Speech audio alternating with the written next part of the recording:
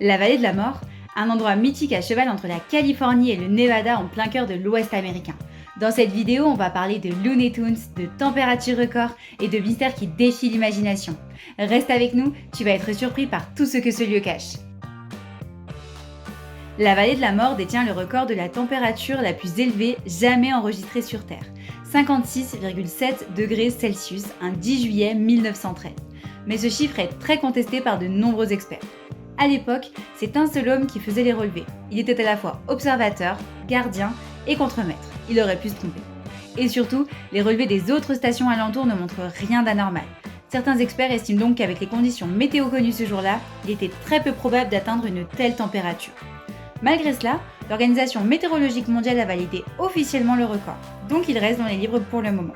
Mais si on enlève ce chiffre un peu douteux, alors le vrai record mesuré avec des instruments modernes, c'est 54,4 degrés Celsius, enregistré en 2021, toujours au même endroit.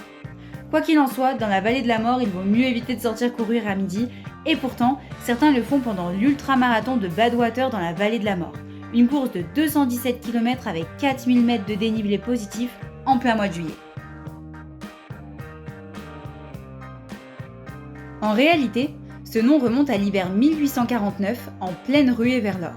À cette époque, un groupe de colons appelés les 49ers a tenté de couper à travers cette région pour rejoindre plus rapidement la Californie. Mauvaise idée. Mal équipés, mal orientés, ils se retrouvent piégés pendant des semaines dans cet environnement désertique, hostile et surtout glacial à cette période de l'année.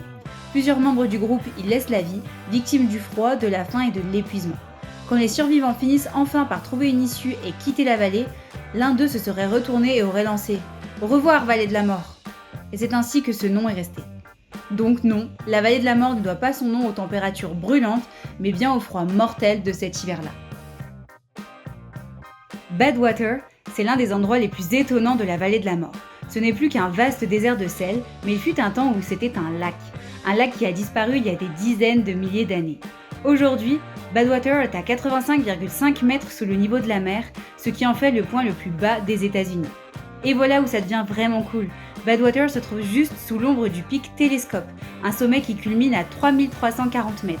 Mais ce n'est pas tout, à seulement 136 km de là, tu as le mont Whitney, le point le plus haut des États-Unis hors Alaska, avec ses 4421 mètres d'altitude.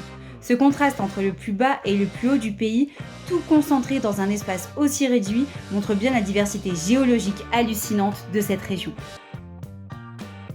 Les Timbisha-Shoshone, peuple autochtone, vivent dans la vallée de la mort depuis plus de 1000 ans. Pour eux, ce désert n'a jamais été hostile. C'était chez eux. Ils savaient où trouver l'eau, quelles plantes manger ou comment suivre les animaux. Grâce à une connaissance fine du terrain, ils vivaient en autosuffisance entre sources, montagnes et débrouilles. L'arrivée des Européens bouleverse leur quotidien. Ils partagent leur savoir, travaillent contre un peu d'argent, vendent ensuite de l'artisanat aux touristes. Mais en 1930, tout change. La vallée devient monument national et les Timbisha sont relégués dans un petit village. Après des années de lutte, une réserve tribale est enfin créée en 2000. Aujourd'hui, ils sont environ 300, toujours présents et impliqués dans la préservation de cette terre qui est la leur depuis des siècles. La vallée de la mort morte? Pas tant que ça. C'est même là que serait née l'inspiration du dessin animé Bip Bip et Coyote. Et pour cause, ici la guerre entre le Roadrunner et le coyote affamé fait rage depuis bien plus longtemps qu'à la télé. La faune locale a dû s'adapter à des conditions extrêmes. Le coyote de la vallée de la mort par exemple est un vrai survivant. Plus petit et plus discret que ceux de l'Est, avec un pelage qui se fond dans le décor. Il mange un peu de tout, lapins, reptiles, fruits et malheureusement nos déchets. Alors si vous passez par là, gardez vos poubelles fermées. Le nourrir même sans le vouloir peut lui coûter la vie. Dans le même genre, on a le mouflon du désert qui a un système digestif lui permettant d'absorber les nutriments des plantes désertiques résistantes de la vallée de la mort. On y trouve aussi un crotale typique du désert qui se déplace latéralement. Ce mode de déplacement lui permet d'avancer rapidement sur le sable tout en limitant le contact avec le sol brûlant, ce qui l'aide à réguler sa température. Et le lièvre de Californie? Il a des oreilles plus grandes que la moyenne, ce n'est pas juste pour mieux entendre, c'est aussi pour dissiper la chaleur. En gros, ses oreilles lui servent de climatiseur. Et puis il y a le Cyprinodon salinus, qu'on appelle aussi pupfish. Ce petit poisson ultra résistant peut survivre d'une eau jusqu'à 4 fois plus salée que l'océan et dans des températures allant de 0 à plus de 40 degrés. Là où la plupart des poissons diraient non merci, lui il nage tranquillement. En tout, la vallée de la mort abrite plus de 50 espèces de mammifères, 36 espèces de reptiles et plus de 300 espèces d'oiseaux. Alors non, la vallée de la mort n'est pas si morte que ça, elle est même très très vivante. Dans la vallée de la mort, il y a un mystère qui a longtemps laissé tout le monde perplexe. Des pierres pesant jusqu'à 320 kg qui se déplacent toutes seules en laissant une trace bien nette derrière elles. Pendant des décennies, personne ne comprenait comment c'était possible, jusqu'en 2014 où le mystère a enfin été résolu. En hiver, avec le froid, l'eau sur le sol gèle.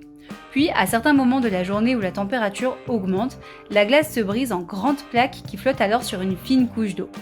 Ces plaques de glace, poussées par le vent, exercent une pression sur les pierres qui commencent à glisser doucement.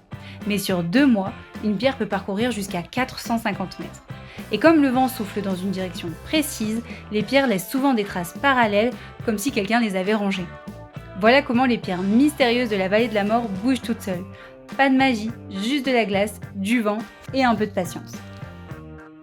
Dans les dunes Eureka, quand le vent souffle et que le sable glisse, un bourdonnement grave se fait entendre, comme un chant mystérieux, profond, presque surnaturel. On appelle ça le chant des dunes.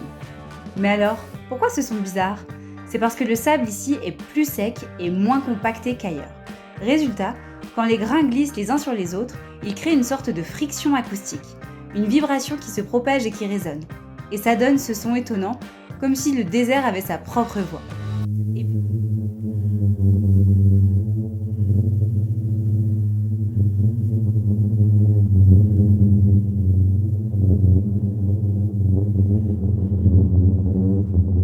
Et puis, il y a un autre endroit bien moins poétique, le terrain de golf du diable. Un paysage fait de petites pointes déchiquetées, de croûtes de sel cristallisées et ultra coupant. Les locaux disent que seul le diable pourrait jouer au golf ici. Et franchement, quand on voit l'état du sol, on comprend pourquoi. Mais ce n'est pas tout. Dans ce décor hostile, on entend aussi parfois de petits craquements comme des crépitements. Ce sont en réalité les cristaux de sel qui éclatent. Sous l'effet de la chaleur, ils se dilatent, se contractent et ça fait du bruit. Subtil, mais bien réel. Bref, même quand tout semble figé, la vallée de la mort ne dort jamais tout à fait. Elle murmure, elle craque, elle chante. Et voilà, maintenant vous pourrez briller en société en sortant. Tu savais que la vallée de la mort s'appelle comme ça à cause du froid ? Succès garanti à l'apéro.